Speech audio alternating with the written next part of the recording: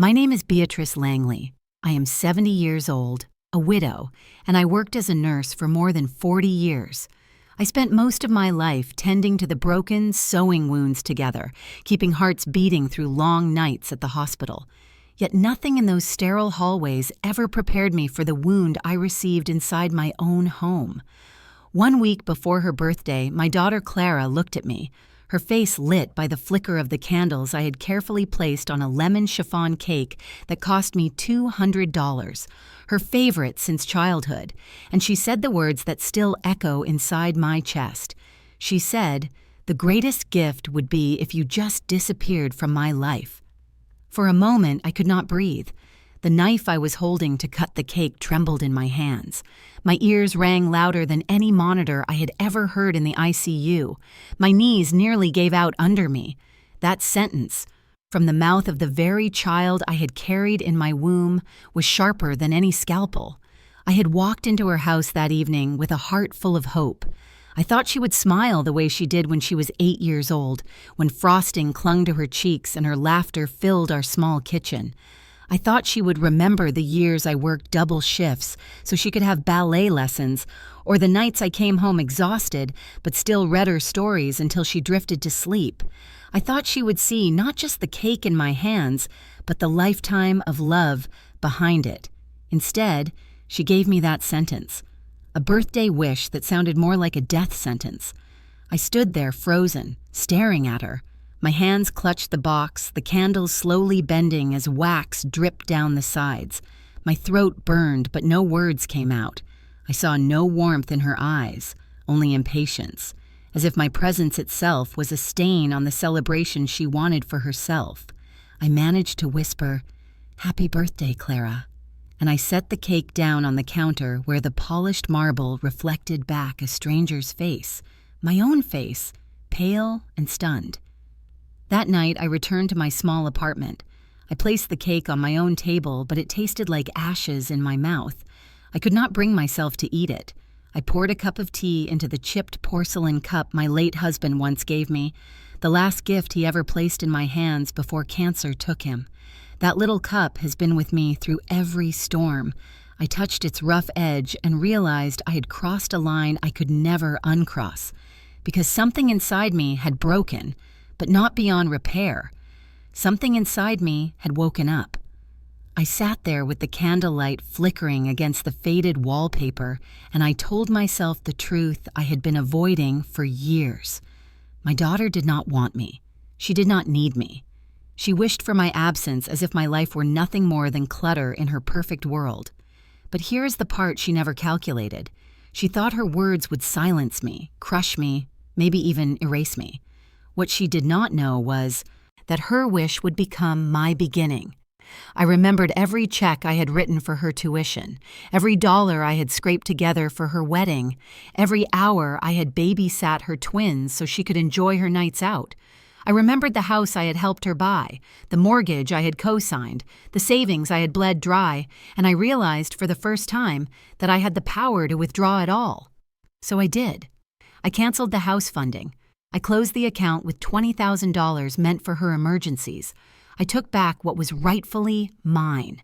I left behind a letter on her polished table, sealed with red wax, a letter that listed every sacrifice, every penny, every moment of my life that I had poured into hers. A letter that told her, in no uncertain terms, that I was granting her wish. I would disappear, but not in the way she imagined. I walked away from that house, and I did not look back. What I left on her table destroyed the illusion she had lived in for years, the illusion that I would always be there to rescue her, to pay, to patch, to provide.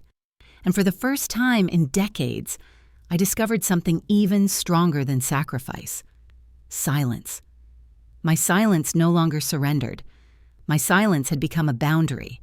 The greatest gift, she said, would be if I disappeared. So I gave her that gift, and in doing so, I gave myself the gift I had denied for too long. The gift of freedom. When I walked out of Clara's house that night, clutching nothing but my coat and my shaking hands, I felt like a stranger inside my own life. The street was the same. The porch light cast the same pale glow, yet something had shifted forever. The words she had spoken carved a canyon inside me, and no bridge would ever span it again. I returned to my apartment, small, mist, filled with remnants of a life I had built with sweat and tenderness. My home is not large. It has no marble counters or high ceilings, but every corner breathes my story. The chair by the window where I once held my husband's hand as he faded from cancer. The framed photograph of me in my nurse's uniform, smiling even after a 16-hour shift. And on the shelf above the sink, the chipped porcelain teacup he had given me on our 10th anniversary. That teacup has become my anchor. Its crack runs along the rim like a scar, yet it holds steady. I hold it too, night after night, because it reminds me that even broken things can carry warmth. I think back to my years in the ICU, 40 years of fluorescent lights, of alarms shrieking in the night, of blood on my gloves and prayers whispered under my breath. I was the one who stayed calm when others panicked, the one who whispered, "You are not alone," to patients who feared they would never see in the morning. I stitched, I soothed, I stood firm. I was proud of that work. But my proudest work was always Clara. When my husband died, Clara was only 12. I remember the way her small fingers clutched mine at the graveside, her eyes wide with fear. I told her, "Don't worry, my love, I'll take care of you." And I did. I picked up extra shifts. I skipped meals. I sold jewelry that had belonged to my mother. Every decision circled back to one point. Clara must never feel the emptiness I felt. For years, she didn't. I can still see her as a little girl, rushing into the kitchen after school, dropping her backpack with a thud. Her eyes sparkled when I pulled fresh cookies from the oven. She would throw her arms around my waist and say, "Thank you, Mom." Those words once filled me with more strength than any paycheck ever could. They made me believe every sacrifice was worth it. But time has a way of rewriting expressions. Her eyes no longer sparkle. They narrow with impatience. Instead of thank you, I hear sighs, complaints, and demands. When she opened her door to me that evening, she looked at me not as a mother, but as an intrusion. I saw the lines on her forehead, the annoyance pressed into her lips. It was as though she was already calculating how quickly she could usher me back out. I stood in her hallway holding that cake, remembering another birthday when she turned 7. She had blown out her candles and whispered, "I wish we could always be together, Mom." That memory pierced me like glass. How did we travel from that wish to this one? From forever together to please disappear? The truth is, I let it happen piece by piece. Every time I said yes when I should have said no. Every time I handed over money I did not have. Every time I swallowed my needs so she could indulge hers, I carved away at my own worth. I told myself that love meant giving without end. What I did not realize was that love without boundaries becomes a chain. The chipped teacup sat on my table as I remembered all of this. I wrapped my hands around it, the porcelain warm against my skin, and I thought of how different it was from my daughter's gaze. The cup, though scarred, still held comfort. Clara's eyes, though whole, no longer held me at all. I often replay the look she gave me that night, the way she glanced over my shoulder, already searching for the guests who mattered more, the conversations that did not involve me. I had once been the center of her world, and now I was the inconvenience at the edge of her party. That kind of dismissal is not loud, but it is deafening. In my years at the hospital, I had seen families sit by their loved ones in silence, their hands clasped tight, their eyes wet with unspoken prayers. I knew the power of presence. Presence means love. But Clara no longer valued mine. She saw it as a burden, something to be endured, and so she gave me her birthday wish, cruel in its clarity. I do not know when exactly I became the forgotten mother. Perhaps it was after her wedding, when I signed check after check so she could have roses spilling over the tables. Perhaps it was when I paid her tuition, semester after semester, while she switched majors again and again. Perhaps it was when I handed her the down payment for her house, telling her, "Don't worry, darling, you deserve stability." Each moment was meant to lift her, yet each one seemed to erase me further. The past has a way of pressing itself against the present. As I sat with my cup of tea, I saw Clara at 5, at 15, at 25, her bright eyes at the recital, her excited hug when I bought her prom dress, her laughter at her wedding. Then I saw her at 46, frowning at me, saying she wanted me gone. The shift was not sudden. It was a slow erosion, and I had been complicit by pretending not to notice. I tell you this not to invite pity, but to reveal the cost of silence when silence is mistaken for weakness. I loved her too much to set limits. I thought endless giving would secure endless love. Instead, it bred contempt. That realization hit me with the weight of 40 years. I lifted the chipped cup, took a long sip, and let the tea burn down my throat. I whispered into the quiet, "I am still here. Scarred, yes. Overlooked, yes. But still here." And that, perhaps, was the beginning of remembering myself, even as my daughter forgot. After that night of silence, when the candles on Clara's cake had burned down to nothing, I found myself pacing my apartment like a ghost unsure of where to rest. Sleep refused me. The words she had spoken lodged under my skin, scratching, burning, demanding to be answered. I could not answer her directly. Not yet. Instead, I reached for the only place where my life's proof remained untouched by her contempt. In the corner of my bedroom, beneath a quilt my mother once stitched by hand, sits a cedar box. The wood is scarred, much like me, but the hinges still hold. I had placed it there years ago, promising myself I would keep it safe, though I rarely opened it. That night, though, I pulled it out with trembling hands. When I lifted the lid, the scent of old paper and cedar filled the room. Inside were not jewels, not heirlooms of gold, but receipts, check stubs, contracts, and photographs. Pages upon pages of my life reduced to numbers and ink. Each slip of paper was a silent witness to what I had poured out, decade after decade. The first stack was tuition bills. Clara had switched majors more than once, trying to find herself while I worked double shifts to cover the costs. I had told her, "Don't worry, your education matters most." Total, $38,000. I whispered the number out loud, letting it echo in the quiet room. 38,000. That could have been a reliable car, or 2 years of comfortable rent for me in my later days. Instead, it became her textbooks, her lectures, her dorm rooms. The next bundle was wedding invoices. I had written check after check to florists, caterers, the grand ballroom she insisted on. Roses spilling across white linen tables, chandeliers glittering above her like stars. I had wanted her to have her dream day. $32,000. Another number spoken into the shadows. 32,000. Enough for me to replace my failing roof back then. Enough to fix my aging car. But I told myself, a wedding comes once in a lifetime, and my daughter deserves beauty.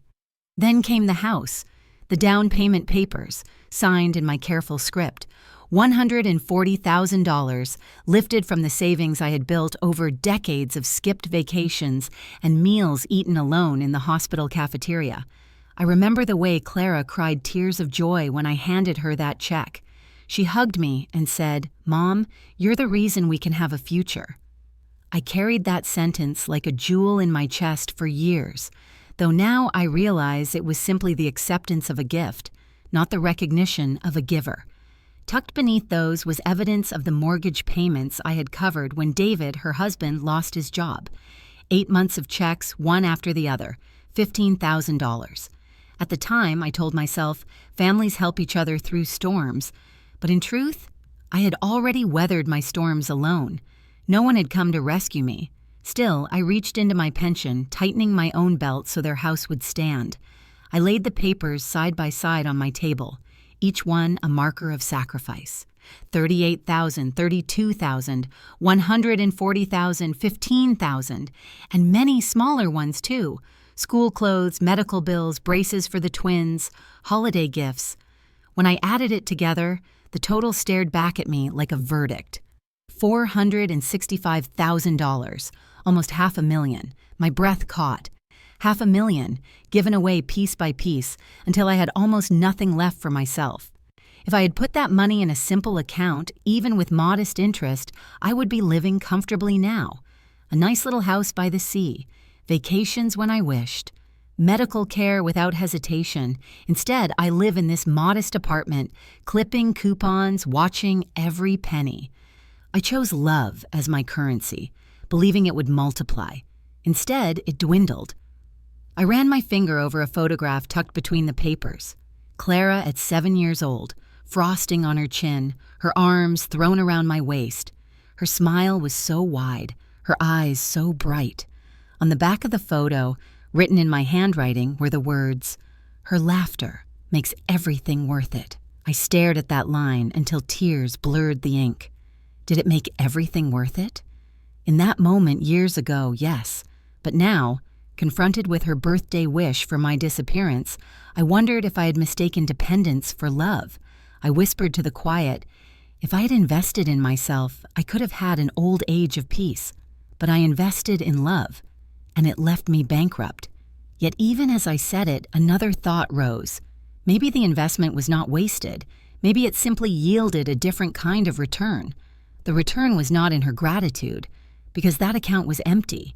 The return was in me finally seeing the truth, finally understanding that love without respect is not love at all. I closed my eyes and saw a ledger. On one side, the numbers, 465,000. On the other side, a single sentence. The best gift would be if you just disappeared. The balance sheet was devastating. I leaned back, clutching the chipped teacup once again, its warmth grounding me. The scar on its rim caught against my lip, reminding me that even broken things endure. I am broken, I thought, but I endure. The box of paper memories sat open, its contents spread across my table like an autopsy of a life lived for someone else. And I realized, with clarity sharper than any knife, that I could no longer keep pouring into a vessel that refused to hold me. The numbers did not lie. My sacrifices had been monumental. My daughter's words had been final. Between those two truths, a decision began to form, steady and undeniable. I whispered it aloud, tasting the steel of it. I will not give her another penny. I will not give her another year. The box remained open that night, every paper like a silent witness. And I, the woman who had always chosen others first, finally began to choose myself. The papers from the cedar box remained spread across my table, but my eyes drifted past the numbers. Numbers tell one story, memory tells another, and sometimes the quieter truths are the ones that wound the deepest. I thought of the nights when Clara called in tears during college, saying her books cost more than she expected, or that she needed money for a new semester after changing her major again. I never told her the truth. I never told her that I was eating instant noodles 3 times a week to make the payments. I never told her that while she was trying on fashionable jackets, I was wearing the same pair of worn shoes year after year. I kept the soles glued together with cheap adhesive, smiling when she complimented me on my practical style. No one ever asked what I gave up. I remember one winter when the heating bill spiked. I sat in my living room with layers of sweaters, shivering, because I had sent money to cover Clara's new apartment deposit. She called me to say how beautiful her new place was, how spacious, how she could finally breathe. I congratulated her with a cheerful voice, even as my own breath fogged in the cold air of my small apartment. Another time, my doctor prescribed medication for high blood pressure. I looked at the price, then at my bank account, and chose Clara's request instead. She had asked for help with a car payment, so I skipped the pills that month. My chest tightened, but I told myself, she needs it more. She has her whole life ahead of her.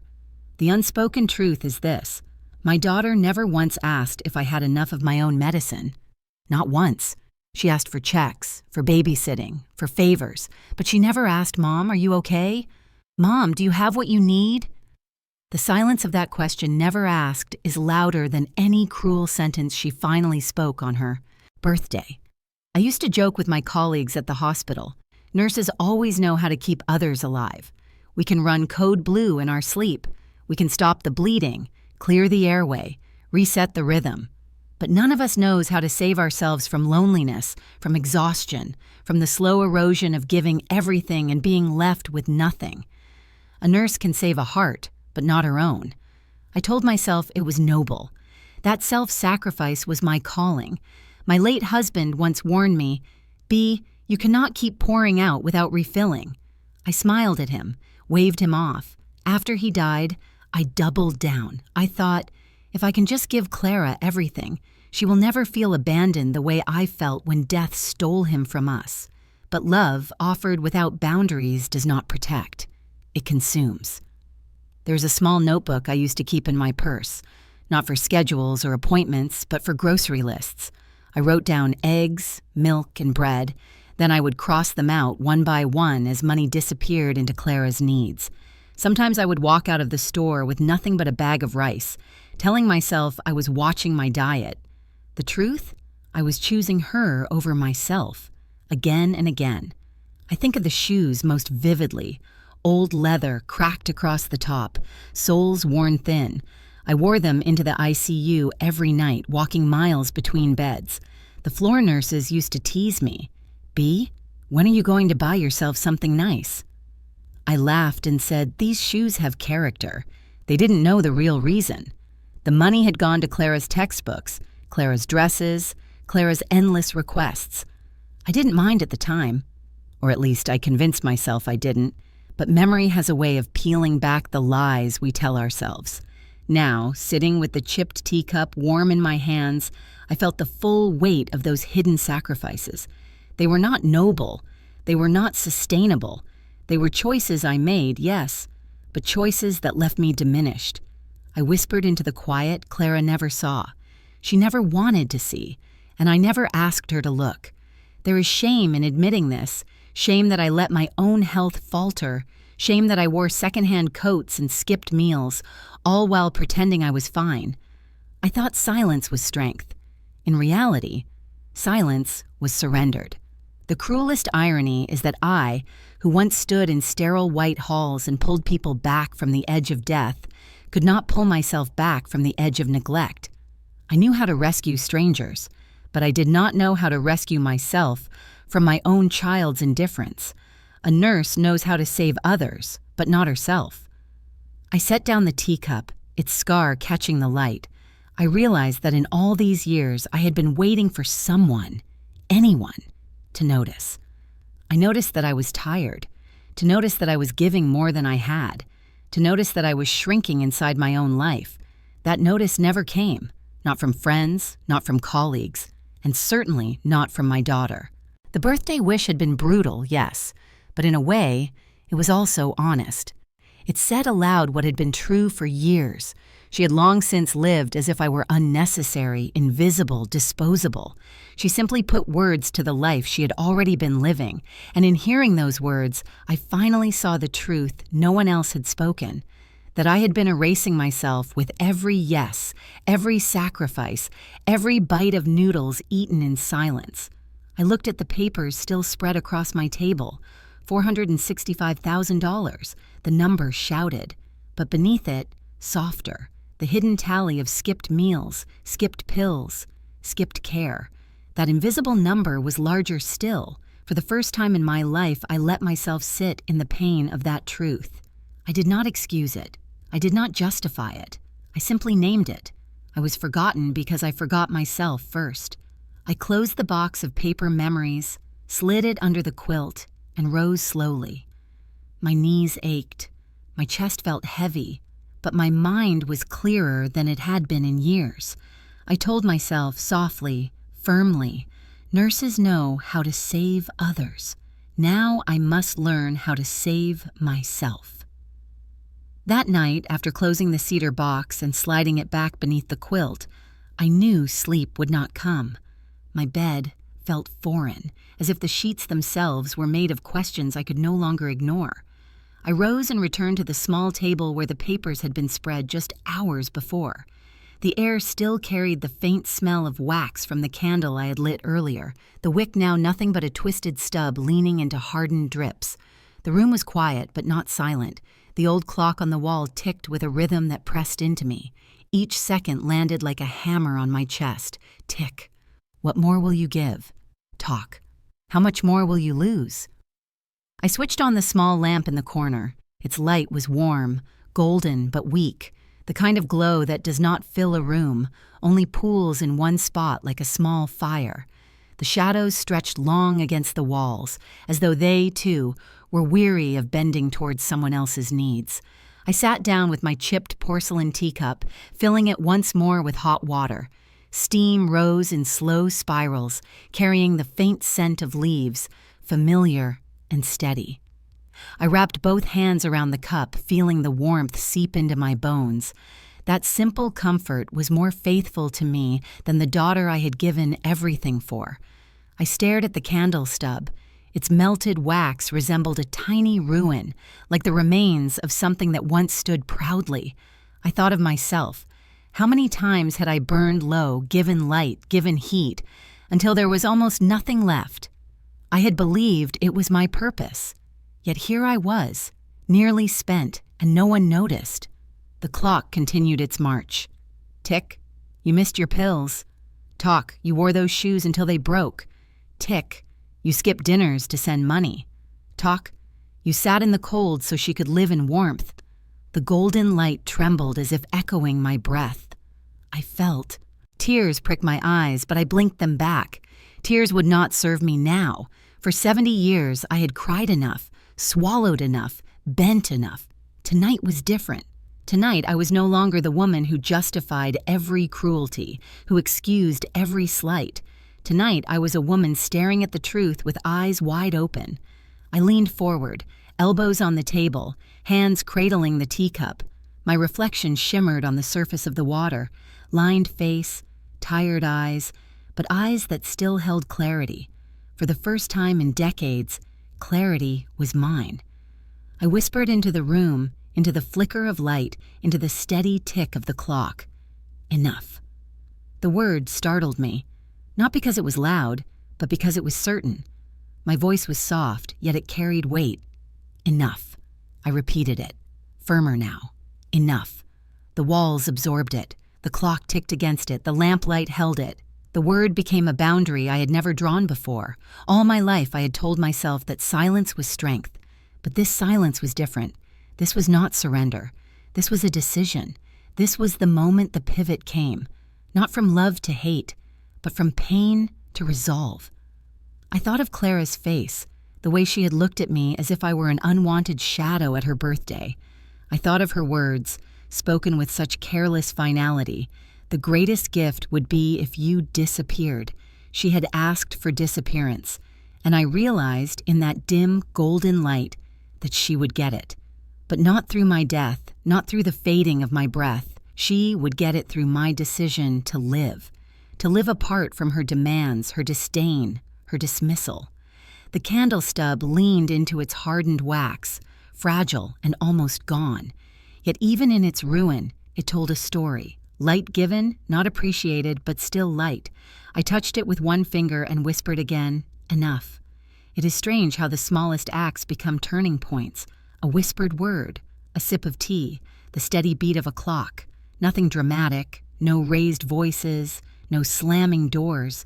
Just the quiet understanding that something has ended and something else must begin. I leaned back, my spine against the wooden chair, and let the silence deepen. I thought of the patients I had once saved in the ICU. Their hearts restarted, their lungs filled with air again. Each time the room shifted from chaos to calm. Tonight felt like that shift, only in reverse. I had lived in chaos for years, disguised as devotion. Now calm was returning, disguised as defiance. My hand steadied, my breathing slowed, the decision crystallized. I would no longer live as the forgotten mother, the endless provider, the invisible nurse in my own family. I would no longer explain away her cruelty or mask my own neglect. I would step into the life she believed I should vanish from, but on my own terms. I let the word echo once more. Enough. In that moment, something inside me closed like a book at its final chapter. The story of giving without end, of sacrificing without return, of bending until I nearly broke. It was done. What would come next, I did not yet know. But I knew this. It would not be more of the same. The clock ticked. The lamp glowed, the tea warmed my chest, and within me, for the first time in decades, resolve stirred where only resignation had lived. I rose slowly, setting the cup aside. My knees ached. My body reminded me of age, but my spirit felt steady, stronger. I walked to the window and looked out at the dark street. The city lights blinked in the distance. Somewhere, my daughter was laughing with friends, unburdened, unthinking. Somewhere, she was living as if I had already disappeared. Perhaps that was the truest gift of all. She had shown me how to vanish in her world. Now I would show myself how to appear in mine. I whispered one last time into the night, my voice calm and unwavering, "Enough." And with that word, the pivot came, from pain to decision, from silence as surrender to silence as strength, from the forgotten mother to the woman who would choose herself. The morning after my sleepless night, the word enough still echoed in my chest. I rose early, though I had barely rested. My body felt heavy, but my mind was clear. I dressed with unusual care. Pressed slacks, a neat blouse, the wool coat I usually save for church. I brushed my hair, tied it back, and looked at myself in the mirror. The lines were still there, the weariness still there. But behind my eyes, something had shifted. A steadiness, a refusal. I poured one last cup of tea into my chipped porcelain cup and held it in both hands. The steam rose like a quiet prayer. When I finished it, I set the cup on its saucer with deliberate calm. Then I picked up my handbag, slipped my worn shoes onto my feet, and walked out into the cold morning. The bank sat just 3 blocks away. I had walked past it countless times, usually on my way to deposit checks meant for Clara, for her house, for her emergencies. That building had always represented safety, security for someone else. Today, it would represent something different, reclamation. Inside, the air was cool and smelled faintly of ink and polished floors. The sound of keys clicking on computers blended with the low hum of printers. I stepped to the reception desk and asked to see Mr. Carver, the branch manager. He had known me for years. He had watched me come in with deposits for Clara's joint account, always smiling, always explaining it was just in case. When he appeared from his office, his eyebrows rose in surprise. "Mrs. Langley," he said warmly, "what brought you here so early?" I followed him into his office. The room smelled faintly of coffee, and the blinds let in narrow slants of morning light. I sat in the chair across from his desk, folded my hands in my lap, and looked him straight in the eye. "Mr. Carver," I said, my voice steady though my heart was racing, "I want to close the joint account I share with my daughter, account number ending in 4927. I want every cent transferred into my personal account."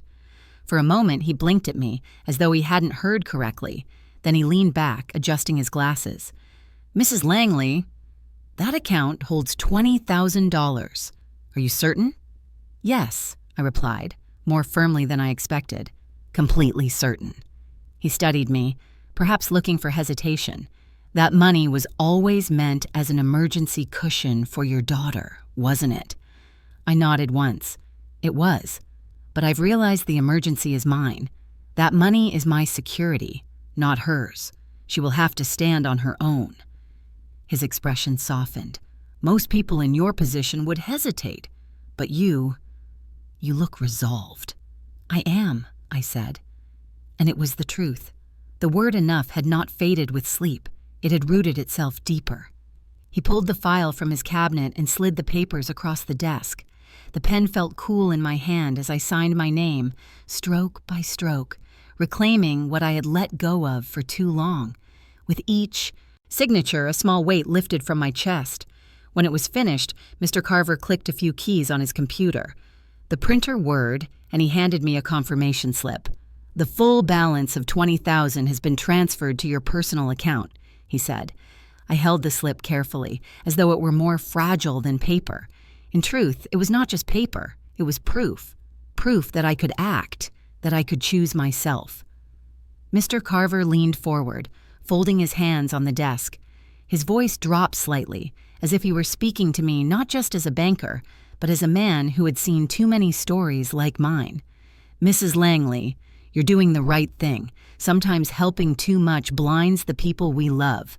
This," he gestured to the paper in my hands, "this is balance, and balance is what you deserve."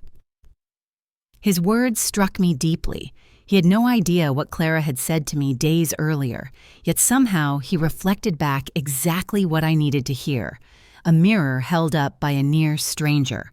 I nodded, swallowing the lump in my throat. "Thank you, Mr. Carver." When I rose from my chair, my legs no longer trembled the way they had the night before.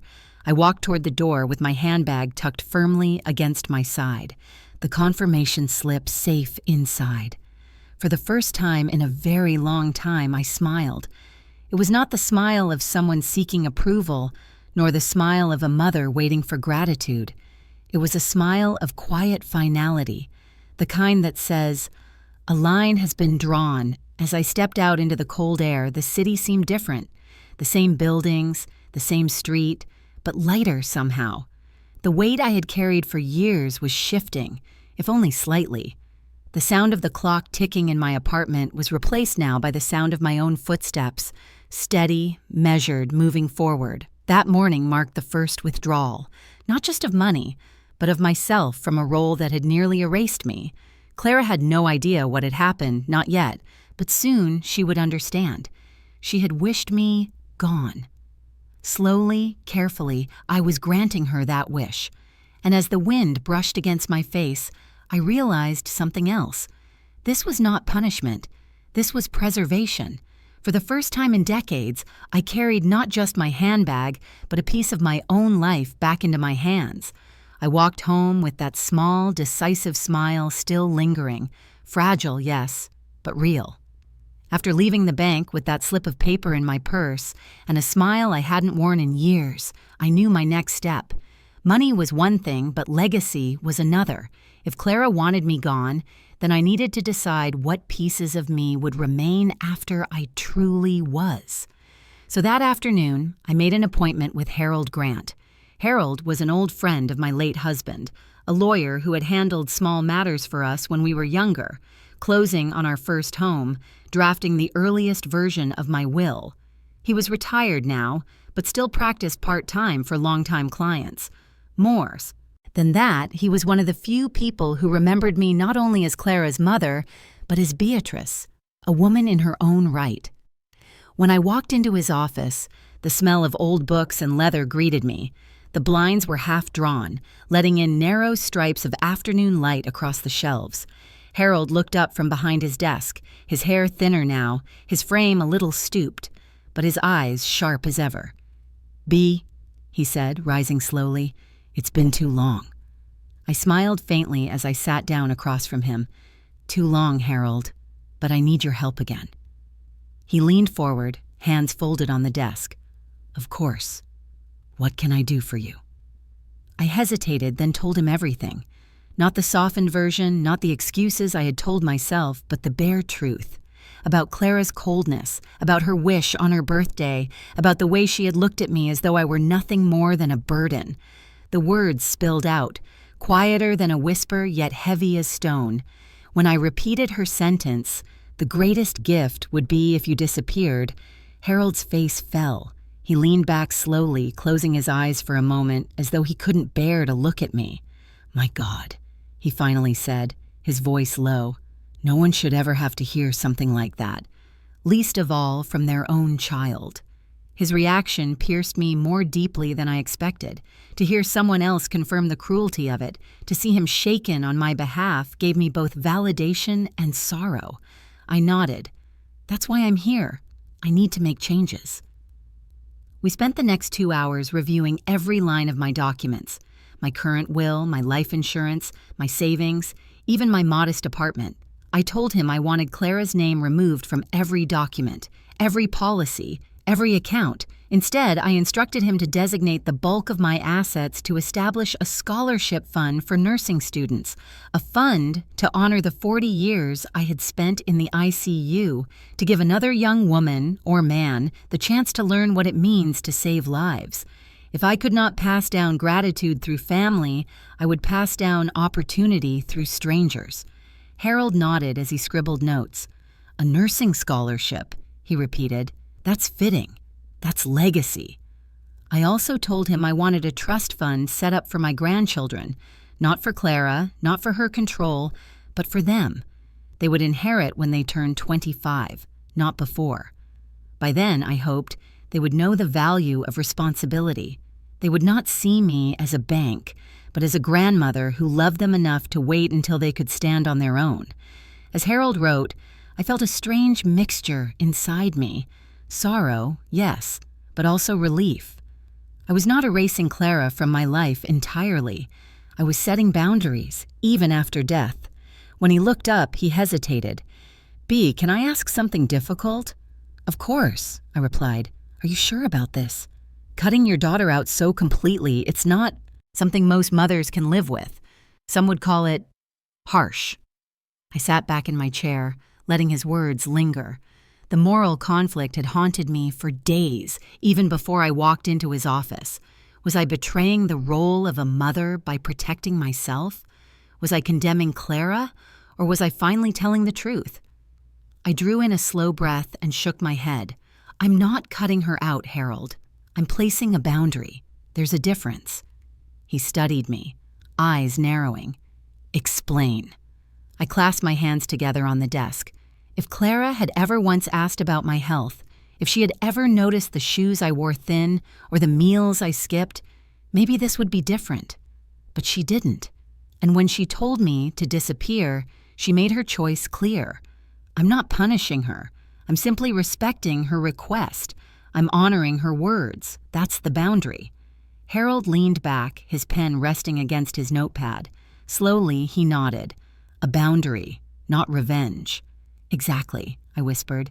"This isn't about anger. It's about dignity. It's about ensuring that when I am truly gone, my sacrifices don't vanish into a void of entitlement. They create something better. Education for nurses, a future for my grandchildren. That, at least, will mean my life counted for something." Silence settled over the office, but it wasn't heavy. It was the kind of silence that feels like acknowledgement, like a seal placed on truth. Harold finally signed the draft papers and slid them toward me. "I'll file everything this week. It will all be official." I picked up the pen, feeling its weight. As I signed my name line after line, I felt the past closing like a door behind me, not with bitterness, but with finality. When I finished, Harold gave me a small, sad smile. "B, I've known you for decades. You've always been the one giving, bending, forgiving. Today, for the first time, I see you keeping something for yourself. It suits you."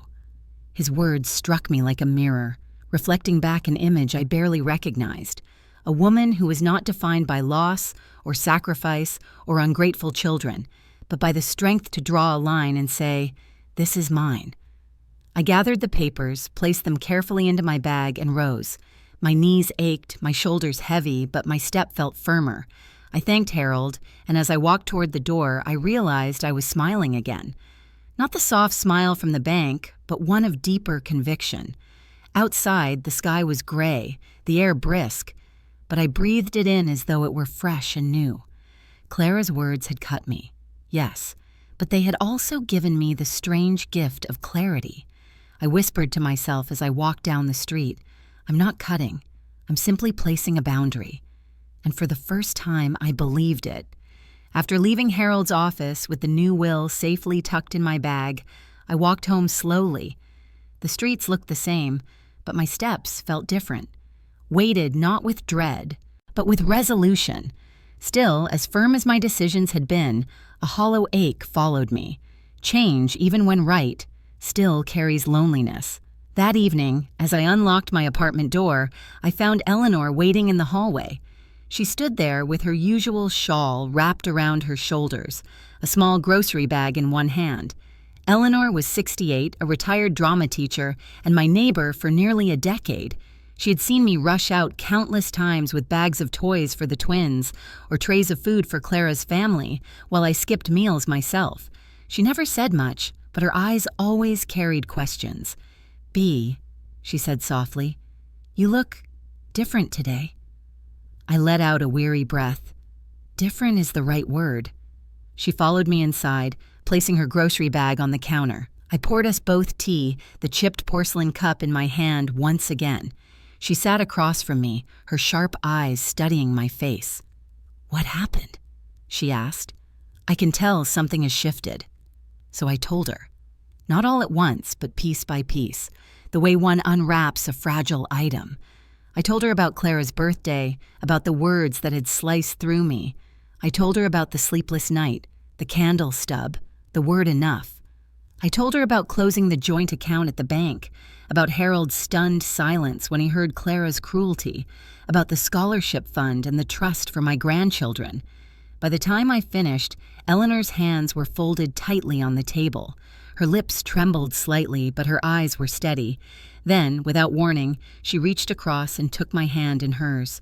Her grip was warm, grounding. "No one," she said, her voice breaking slightly. "No one should have to go through that, least of all a woman who's given as much as you." I blinked back tears. It was one thing to think these truths alone in my apartment. It was another to hear them acknowledged out loud by someone who had seen my sacrifices, even if she hadn't known their full depth. "Eleanor," I whispered, "I think I'm finally done." Her eyes softened, but then something sharper flickered there, an old teacher's spark. "Then let me help," she said. I frowned slightly. "Help? How?" She leaned closer. "I may be retired, Bea, but I taught theater for 40 years. If there's one thing I understand, it's the power of silence. Sometimes silence is the strongest performance of all." Her words hung in the air, strange yet fitting. I tilted my head. "You mean," she squeezed my hand tighter, "I'll be your witness, your accomplice if you like. When you're ready to leave, I'll be the one to deliver whatever you want Clara to see. A letter, a sealed envelope, whatever you choose. I'll play my part, and I promise it will be convincing." Something inside me shifted again, this time a sense of relief. I had been carrying the weight of this decision alone, but now someone else was willing to stand beside me, not to fix it, not to argue with Clara, but to mirror back the strength I was only beginning to claim. "Eleanor," I said quietly, "are you sure? It's not a small thing, what I'm planning." She gave me a wry smile. "I've spent a lifetime teaching young people how to step into roles. This time, I want to step into yours, even if just for a moment, to help you disappear with dignity. Besides, I've watched you sacrifice for years. It's about time someone helped you." I felt my throat tighten. For decades, I had been the helper, the giver, the silent rescuer. To have someone offer me help without strings, without expectation, it nearly undid me. I rose, walked to my desk, and pulled out the heavy envelope I had been drafting. Inside were the letters, the receipts, the proof. I had written Clara a message, not spiteful but detailed, outlining every sacrifice, every dollar, every choice. Alongside it were the legal papers Harold had drawn up. I placed the envelope on the table between us. The wax seal I had pressed onto it caught the lamplight, a small glint of finality. "This," I said, my voice low but steady, "is what she will find when I'm gone. When I leave, you will deliver it. You'll say you found my apartment empty, that I was unreachable. You'll hand her this." Eleanor's gaze fell on the envelope. Slowly, she nodded. "Consider it done." For a long moment, we sat in silence, hands still clasped. It was the silence of an agreement of solidarity. She broke it at last with a small smile. "You know, Bea, in theater, we used to say the strongest scene wasn't always the one with the loudest lines. Sometimes it was the pause, the look, the silence that said everything. You've given your daughter words for decades. Now maybe silence will say more." Her words sank into me like water into dry soil. She was right. Silence did not surrender anymore. It was my script now, my performance, my boundary. I smiled faintly. "Then there will be." Eleanor patted my hand once more before releasing it. "You won't be alone in this. I'll stand beside you, quietly, just as you've stood beside so many others. That's my role in your story." When she left that evening, I stood by the window watching her walk down the street. The envelope remained on the table, sealed, waiting. My heart felt heavy, but less so, because I knew now, when I walked away, I wouldn't walk away unseen. I whispered into the night, almost like a prayer. Silence is a kind of performance. And for the first time, the thought didn't frighten me. It steadied me. The night Eleanor left, I sat alone in my apartment with nothing but the lamp glowing in the corner and the steady beat of my own heart.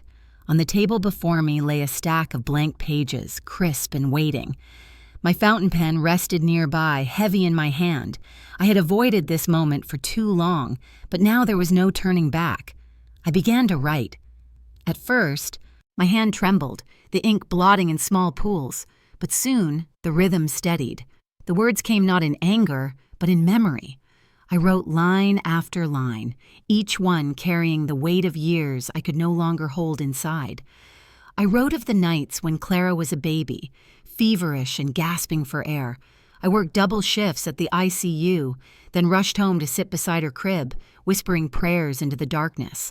I wrote of the prom dress that cost me 4 weekends of 12-hour shifts, of the college tuition payments that forced me to take a second mortgage, of the house down payment that drained nearly everything I had saved for retirement. With each sacrifice, I recorded the number: $38,000 for education, $32,000 for a wedding she called the most magical night of her life, $140,000 for the house she now lived in without a glance of gratitude, $15,000 more when the mortgage payments fell behind, and so much in between. Gifts, braces, groceries, gas, babysitting. The invisible ledger of a mother's devotion. 23 pages filled slowly, my handwriting tight but legible. Each page carried both proof and pain. Receipts, amounts, but also the stories behind them. I wanted Clara to see not only the numbers but the nights behind the numbers. The meals skipped, the pills left unpurchased, the worn shoes I walked in while she strutted in new heels. The words were not cruel.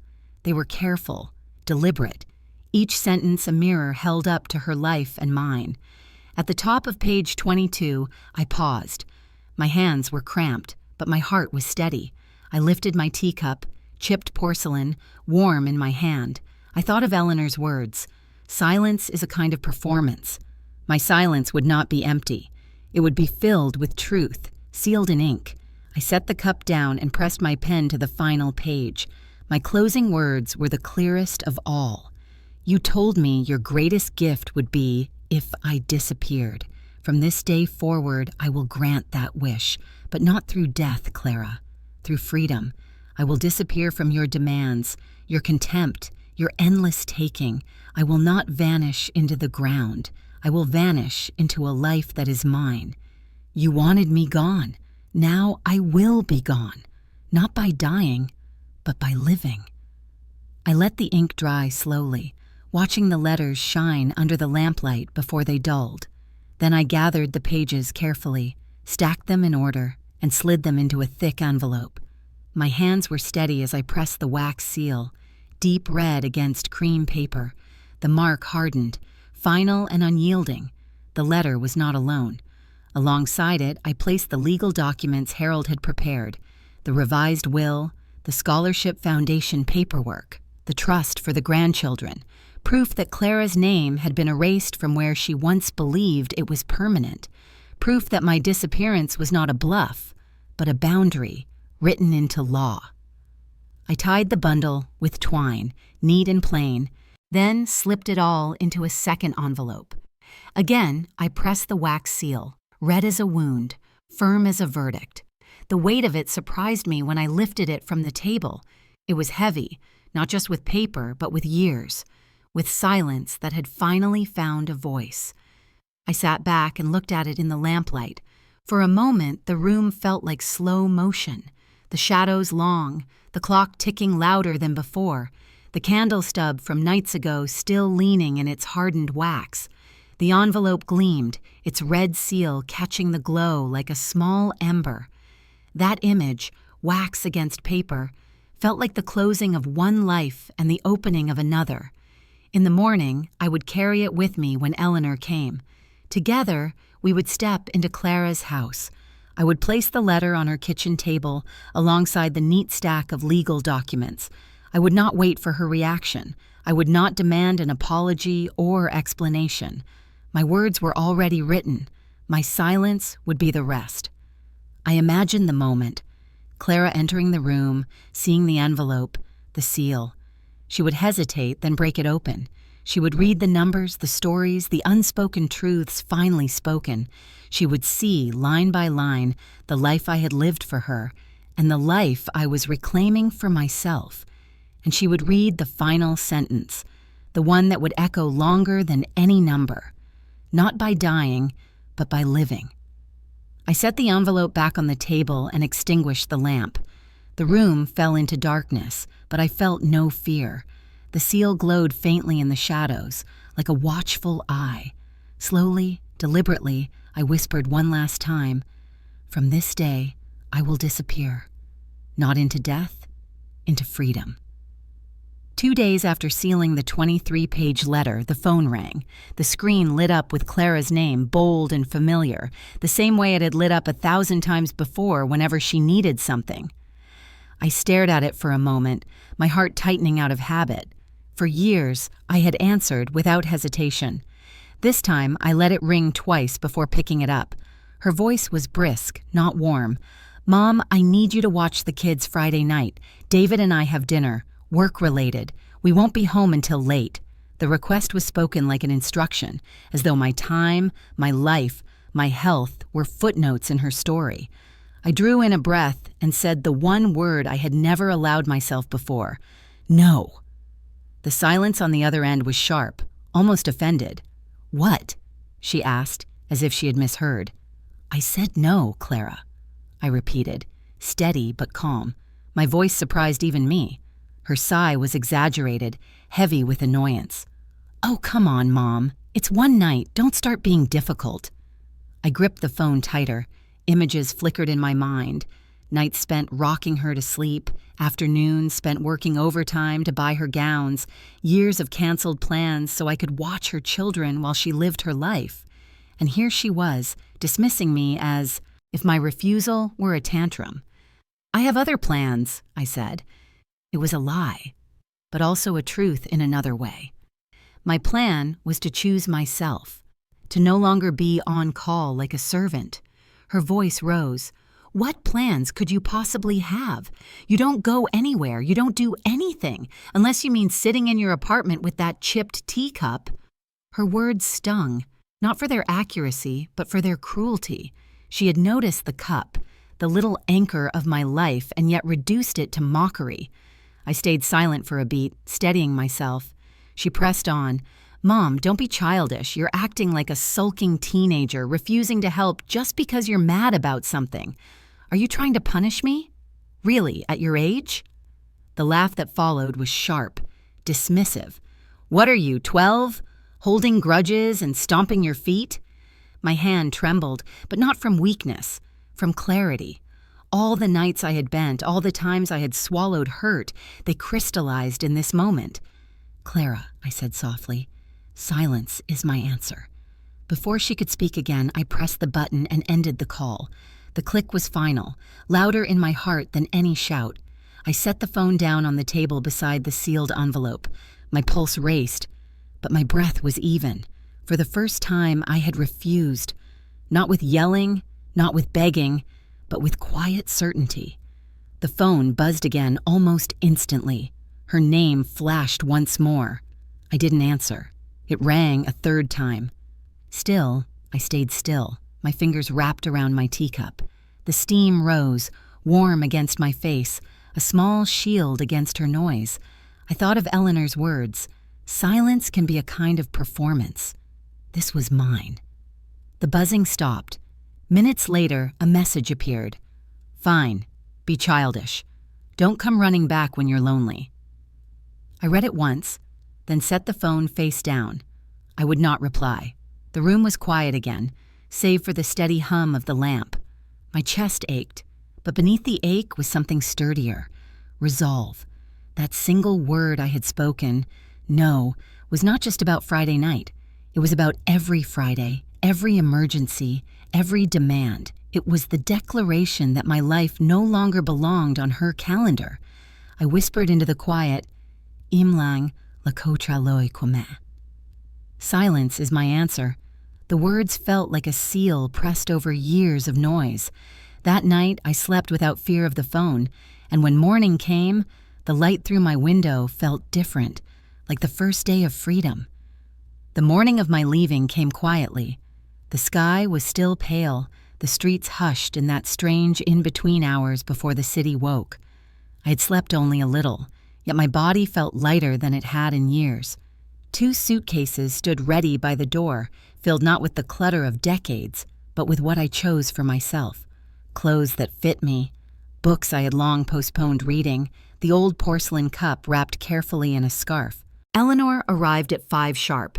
She wore her shawl, hair pinned back, her eyes steady. She didn't ask if I was sure. She simply nodded as if she had rehearsed this role all her life. She picked up one suitcase while I held the other. Together, we walked down the narrow hall. At my door, she paused and held out her hand. "Keys," she said. I placed the set into her palm. She closed her fingers over them with solemnity. Then, with the precision of an actress delivering her final line, she locked the door. The click echoed in the hallway, sealing more than just wood and metal. It sealed a chapter, a life lived too long in someone else's shadow. "I'll handle everything from here," she told me. "When Clara comes looking, I'll be the one to speak. Your letter will do the rest." I swallowed hard. "Thank you, Eleanor. You've given me something I never thought I'd have. An exit with dignity." Her eyes softened. "No, Bea. You gave it to yourself. I only turned the key." Outside, the cab waited, its trunk open. We loaded the bags in silence. The driver, a young man with tired eyes, nodded politely and asked, "Airport?" "Yes," I said. "Airport." As the cab pulled away, I glanced back once. Eleanor stood on the sidewalk, her shawl fluttering in the breeze, her hand raised in a small wave. Behind her, my apartment building loomed, the window to my unit dark. I didn't feel grief. I felt distance, the healthy kind. At the airport, I moved with deliberate calm. I had arranged everything with Harold. New phone number, new address, all communication funneled through him. It was not disappearing in the dramatic sense. No staged death, no deception. It was simply no contact, chosen and legal. The line had been drawn. Clara could not cross it. When the boarding call came, I walked down the jet bridge with my small carry-on rolling behind me. My heart thudded, not with fear, but with a kind of anticipation I hadn't known in years. I was not running away. I was walking towards something. The plane's cabin was quiet as I settled into my seat by the window. Outside, dawn streaked the horizon with pink and gray. As the engines roared, I wrapped both hands around my travel mug. I had filled it with tea that morning, the familiar scent grounding me as the world prepared to lift off beneath me. The vibration built. Then the wheels left the ground. My stomach dipped, but I didn't close my eyes. I watched the city shrink below me. The streets, the rooftops, the life I was leaving behind. The clouds swallowed everything in seconds, and suddenly I was above it all. The noise of the world reduced to a hum. I tightened my grip on the mug. Steam rose, fogging the plastic lid, and I thought of my chipped porcelain cup back home, wrapped safe in my suitcase. It would sit on a new kitchen counter soon, in a place where I would drink without waiting for a phone call to interrupt. My destination was Portland, Oregon, a city I had visited once decades ago. From there, I planned to settle in a small coastal town nearby, a place where the ocean's rhythm would replace the clock's relentless ticking in my apartment. I didn't know anyone there. That was the point. The thought didn't scare me. It freed me. For 70 years, I had been known primarily as someone's mother, someone's wife, someone's nurse. In that small town by the water, I would be known simply as Beatrice. As the plane leveled, I leaned back and closed my eyes. Eleanor's words are replayed. Silence is a kind of performance. My silence now stretched across miles, sealed with law and choice. It was not a void, it was a script I had chosen. I whispered into the hum of the cabin, unheard by anyone but myself, "This is not death. This is freedom." And as the plane carried me westward, I let the silence settle not as emptiness, but as the sound of a life beginning again. Portland greeted me with rain, not the heavy kind that lashes the skin, but a misty drizzle that softened the streets and made the lights blur like watercolor. I stepped out of the cab into the damp air, pulling my coat close, and felt as if the world itself were offering me a clean slate. Within days, I found a modest apartment near the river. The rooms were small but filled with light. In the mornings, I opened the window and listened to the gulls, the distant horn of a boat, the rush of the current. No phone rang, no one knocked. My days stretched wide, and for the first time in decades, I asked myself, what do I want to do? I wandered into the local library one afternoon. The smell of paper and ink felt familiar, grounding. A flyer on the bulletin board caught my eye. Volunteers needed for reading sessions with children and seniors. Without thinking twice, I signed my name. The following week, I sat in a circle of small chairs, reading stories to wide-eyed children. Their laughter rose like a balm, and I realized my voice still had power, the kind that healed rather than served. It didn't take long to meet others. A retired teacher named Marjorie, a widower named Paul who loved poetry, and a younger woman named Sienna who was finishing graduate school. We met for coffee after shifts, sharing stories, trading books. Their kindness was simple, unburdened by expectation. With them, I was not Clara's mother, not the nurse who always filled in, but just Beatrice. That was enough. Meanwhile, my phone, a new number known only to Harold and Eleanor, stayed silent from Clara. But Harold forwarded me updates when necessary. It didn't take long before the storm began. At first, Clara's messages were sharp. "Mom, what are you doing? The bank says you closed the account. This isn't funny. Call me back now." When no answer came, the tone shifted. "Mom, please, I don't understand what's going on. You can't just disappear like this. The kids miss you. David's stressed. We need you." Days later, desperation bled through. The bank called again. They said, "Without your guarantee, our mortgage is unstable. We could lose the house. Mom, you can't do this to us. Please answer the phone. Just tell me what to do." Harold confirmed what I already knew. Clara was unraveling, not from love, not from missing my presence, but from the realization that her safety net had vanished. The scaffolding she had leaned on for years was gone, and now she felt the ground beneath her shake. I read each forwarded message only once, then closed the file. I refused to carry her panic in my pocket anymore. I had carried it long enough. Instead, I poured my energy into small joys. Early walks by the river, afternoons in the library's quiet corner, dinners with my new friends, where the conversation wasn't about demands but about books, music, the lives we were still building even in our 60s and 70s. Every time my thoughts strayed to Clara's voice, sharp and cold on that birthday, I repeated the echo line I had promised myself. Not answering is also an answer. The silence was not absent. It was a boundary. It was a declaration. One evening, as rain pattered against the window, I sat with a pot of tea and reread the letter I had kept a copy of. 23 pages inked with sacrifices. For years, I had begged Clara to see me, to acknowledge me. Now I realized I no longer needed her recognition. My silence was recognition enough, recognition of my worth, my dignity, my right to peace. Harold called one afternoon to update me. "Clara's lawyer reached out. She's frantic. They're trying to argue that your decisions were rash, but everything is airtight. She has no claim." I thanked him, then returned to the children's story circle at the library. As I read aloud, I thought, let Clara waste her energy on arguments and panic. My energy belonged here, with laughter and learning. At night, when the phone sat silent on the counter, I sometimes felt a pang. A mother's heart doesn't go quiet overnight, but I reminded myself that my silence wasn't punishment. It was true. Clara had asked for my disappearance, and I had granted it, not in death, but in freedom. I whispered the echo into the stillness. Not answering is also an answer. The words carried me into sleep, steady and sure, like waves against the shore. Just when I thought the storm of Clara's phone calls and messages had quieted, another wave came crashing. One gray afternoon, Harold called me from my hometown. His voice was steady but carried a tension I had learned to recognize. "B," he said, "your daughter has filed a complaint with social services. She claims you're suffering from cognitive decline. According to her, you disappeared abruptly and are making reckless financial decisions that put you at risk." I sat in my chair by the window, tea cooling in my hand. The words were heavy but not surprising. A child who once wished me dead would not hesitate to question my sanity if it meant regaining control. Still, the sting cut deep. "She's telling them I've lost my mind?" I asked quietly. "Yes," Harold confirmed. "They've contacted the American consulate in Portland. They want you to undergo a medical and psychological evaluation." For a long moment, I said nothing.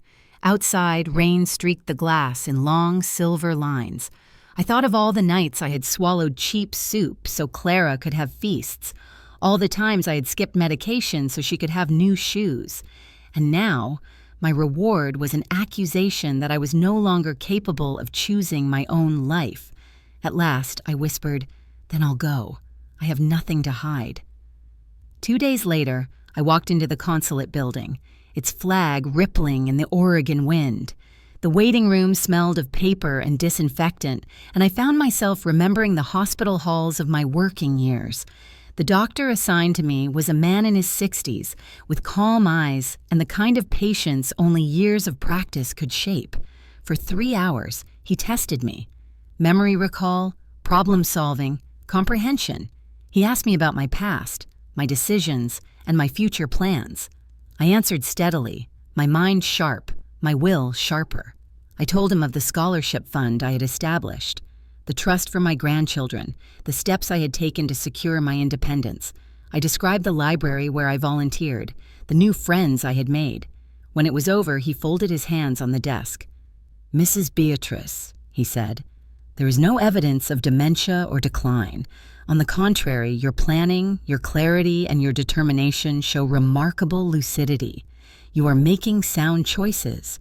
Your daughter's concerns appear to be unfounded." Relief swept through me, not as triumph, but as validation. My sanity, once questioned by the person who should have defended it most fiercely, had been proven in black and white. The report was sent back to the agency, and soon after, Harold called again. "They're closing the case, B," he told me. "The record will show her complaint was baseless. But I think it's time we go further. Filing such a claim is more than desperation. It's defamation. I can prepare a suit to protect you." I sat in silence, tracing the rim of my chipped cup with one finger. "Do it," I said finally. "Not out of revenge, but because she needs to face what she's done. Words have consequences." Harold exhaled as though he had been waiting for my resolve. "Understood. I'll file on grounds of defamation and false claims. She won't be able to pretend this was just a concern. The court will ask the question we're all asking. Was she doing this out of love for her mother or out of love for the money she no longer controls?" That question lingered long after the call ended. I thought of the moral weight it carried, not only for Clara, but for anyone who might hear my story. If a daughter claims her mother is unfit, is it ever truly about protection, or is it about power? In the quiet of my new apartment, I held that question in my chest like a stone. I had given Clara everything, even the chance to live without fear of bills or debt. Now, when faced with the loss of that support, she called me crazy rather than calling me worthy of rest. I sipped my tea, warm and steady. The truth was clear. My mind was intact, my choices were sound, my silence was deliberate. And as Harold prepared the lawsuit, I found myself thinking not of courtrooms or judges, but of the simple reality that silence was still my strongest weapon. Clara could shout, accuse, demand. I would not answer, for not answering, too, is an answer. Not long after Harold filed the defamation suit, the ripples found their shore. He called early on a Thursday. I could hear papers shuffling on his desk. the faint echo of a copier in the background. His voice was measured, but the news carried its own gravity. "B," he said, "the bank has moved forward. David's been unemployed again. The arrears tipped the scale. The foreclosure is complete." I stood at my window, the river running gray under a low sky. For a long moment, I said nothing. I did not feel triumph. I felt the quiet certainty of math doing what math does. You cannot spend what you do not have. You cannot keep what you refuse to carry. The house had been a monument to my sacrifices. Without my shoulder beneath it, the monument could not stand. "Are they safe?" I asked finally. "Yes," he said. "They have an apartment across town. Small, manageable. David has taken shift work at a warehouse. It is not much, but it is honest. The twins are enrolled in a new school." I let out a breath I'd been holding since Clara's first frantic messages. "Thank you." After we hung up, I brewed tea and carried my cup to the small table by the window. The steam rose. The room was soft with rain. I thought of the kitchen in Clara's house, the marble counter where my letter had once sat, sealed with red wax. That counter was no longer hers, but the truth inside those pages was still mine. Later that afternoon, my phone lit with a call from Eleanor. I answered at once. "She came," Eleanor said without preamble. "Clara. She knocked on your door first. When I told her you were gone and that all communication must go through Harold, she cried on my threshold. She said she wanted to apologize. She said she finally understood." I closed my eyes, picturing the hallway I had walked 1,000 times. "And what did you say?" Eleanor's voice gentled, yet held a firmness I knew well. "I told her there are some words you cannot take back. I told her apology is a door. It opens inward first. I told her the harm was not only in what she said on her birthday, but in the years that made it possible to say. Then I gave her a glass of water, and I listened. But I did not call you." I pressed the heel of my hand to my sternum. "Thank you," I said, the words small but full. "She asked if you would ever speak to her again," Eleanor continued. "I told her I did not know, that it was not my role to promise her a future she had not earned." I could almost see Clara's face in that moment, the mix of shock and grief when the world refuses to bend. For years I had bent and called it love. Now the world was straight, and it looked like cruelty to her. "She said she's sorry," Eleanor added softly. "She said she was stressed, that David had lost his job, that she felt cornered. She said she is different now."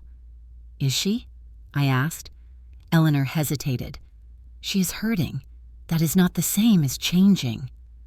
I thanked her again, and we said goodbye.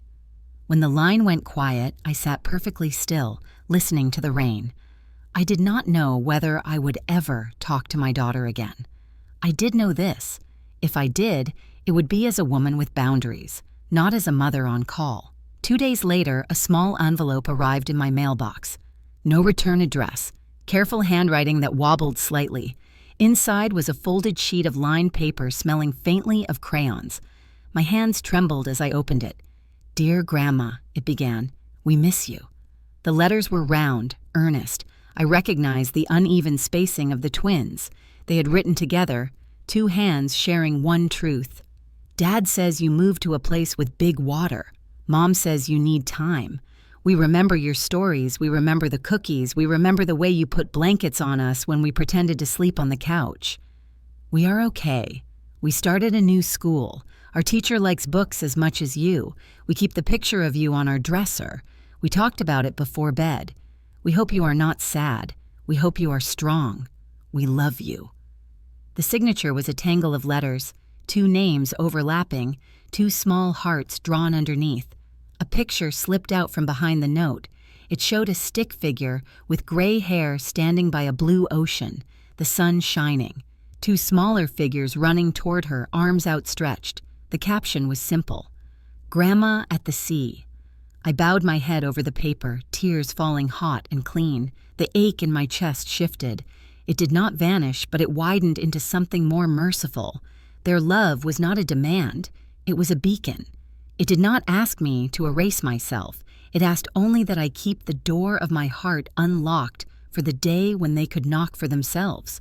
I wrote back that night, careful words, no promises I could not keep. I told them I was safe, that the water was big and blue, that I read to children at the library who laughed the way they laughed, that I drank tea in the mornings and thought of them. I told them I loved them, that love can be steady without being loud, that sometimes love means saying no so that yes can mean something again. I sealed the letter and held it for a long moment. The chipped cup sat beside it. The scar on its rim caught the lamplight. I thought of Eleanor's doorstep, of Clara's tears, of Harold's measured voice, of David's shift work, of the twins' brave handwriting. The mirror was complete. Everyone was exactly where their choices had placed them. The bank had taken a house. Consequence had taken a form you can photograph. But what the world could not see was the quieter architecture rising in me, room by room, window by window. It looked like mornings without fear of a ringing phone, afternoons with books and children, evenings with rain and tea. It looked like a life. I placed the twins' letter in my desk beside the copy of my own, two truths living side by side. Then I turned off the lamp, letting the room return to shadow, and I whispered a line that felt like a blessing for us all. There are some words you cannot take back. There are also some boundaries you never again cross. The rain answered softly against the glass. The river kept moving, and so did I. The cafe sat at the edge of the shoreline, its windows open to the sea air. The smell of salt and roasted beans mingled as waves rolled against the rocks below. I came here often, carrying my notebook and my chipped porcelain cup wrapped in a cloth, though I ordered fresh tea each time. Today, the sky was clear, the horizon sharp as if drawn by hand. I opened my notebook and let the pen rest on the page for a moment. The murmur of conversation filled the background, tourists talking about the lighthouse, a fisherman recounting his morning catch. I no longer felt invisible in such places. I felt present, alive in the small rhythm of ordinary life. The words came slowly, steady as the tide. I did not die. I came back to life. My silence was not the end. It was the beginning. I paused, letting the sentence breathe. It was not a flourish for anyone else's eyes, but a truth for mine. I had spent decades equating sacrifice with love, mistaking depletion for devotion. But I was not gone. I was here, sipping tea in a cafe by the sea, my lungs full of air that was mine to breathe. Through the window, I watched gulls circle above the water. Their cries were sharp, yet carried no malice. They flew where they wished, untethered. I thought of Clara's voice on that birthday, words so heavy they could have drowned me. Instead, they cracked something open. Pain had pulled me into silence, but silence had pulled me into freedom. I wrote another line. The measure of my worth is not in what I gave away, but in what I reclaimed. My pen scratched across the paper, sure of itself. I remembered the children at the library leaning forward for each story. I remembered the twins' letters, folded carefully on my desk at home, their words pure and uncorrupted. I remembered Eleanor's firm grip on the keys, Harold's steady defense in court. Each one had been a mirror, reflecting not just the pain of abandonment, but the possibility of renewal. The waiter set down a plate of warm bread beside me. I thanked him and tore a piece, dipping it into the small dish of oil. Simple food, simple moment, yet it tasted richer than any banquet I had funded for others. I closed my eyes and whispered to myself, I am not gone. I am here. Some days, guilt still pricked at me. A mother is not taught to walk away, even when walking away is survival. But then I would remember the question Harold posed. Was Clara acting out of concern or out of money? The answer had been written in her accusations, in her complaints, in her silence where love should have been. That was not a burden I would carry anymore. I flipped to a new page in my notebook and wrote my final echo. Sometimes the only way to save yourself is to disappear quietly and return to yourself. I underlined it once, firm. The sentence glowed on the page like a lantern in the dusk. The tide swelled outside, a steady rhythm against the rocks. I lifted my cup, breathing in the steam, and let the sound of the waves settle in me. This was not the end of my story. It was the life after the ending, the chapter no one had expected. I wanted others to know it was possible, that even in your 70s, even after a lifetime of bending, you could stand. You could choose silence, not as surrender, but as strength. So I offer this not just as a confession, but as an invitation. If you have ever felt unseen, unheard, or unloved by those you gave everything to, know this: you are not broken, you are not finished, you are not too late. And now I turn to you, the one listening to my voice. If you have lived something similar, I want to hear from you. Share your story in the comments below. Tell me where you are listening from. Tell me if you think I was wrong to choose silence. Was I cruel to draw my line? Or was it the only way forward? Your words matter. They carry weight. They might be the mirror someone else needs to find their own boundary, their own breath, their own rebirth. I closed my notebook, sipped the last of my tea, and watched the waves keep moving. The gulls cried, the light shifted, and the sea kept its rhythm. Life was waiting, and I was ready to keep walking into it.